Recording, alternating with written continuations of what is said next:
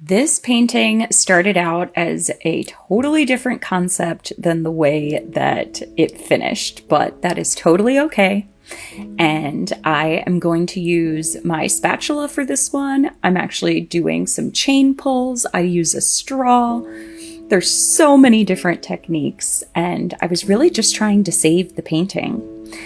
I started out and I was trying to make an ocean scene from underwater with the ripples and waves glistening from above.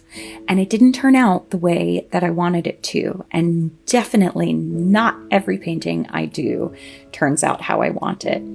So when I knew that it wasn't going to be exactly what I wanted, I had seen another artist recently doing some chain pull jellyfish, and I thought for sure that is what this painting was going to end up like.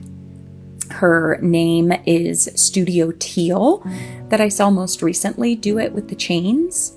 I had done some jellyfish before, but only with the palette spatula, not with any chains. So this was super fun to try a different technique, but this is definitely not my technique, definitely inspired by someone else.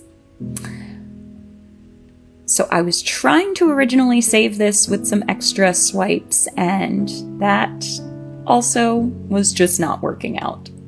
I had already stretched too much of the paint, and so I decided to grab my chains and to start doing a chain pull jellyfish.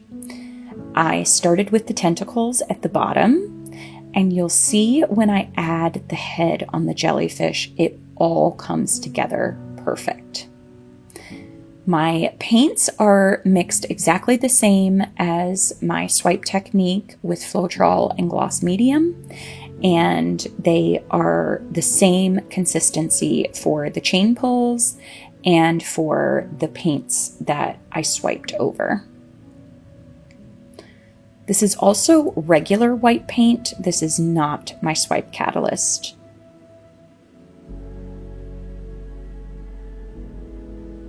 Now I'm creating the head on the jellyfish, and this really made the entire piece come together. Now I broke out the straw so that I could create some of the little wispies along, and then created that line to give the illusion of depth.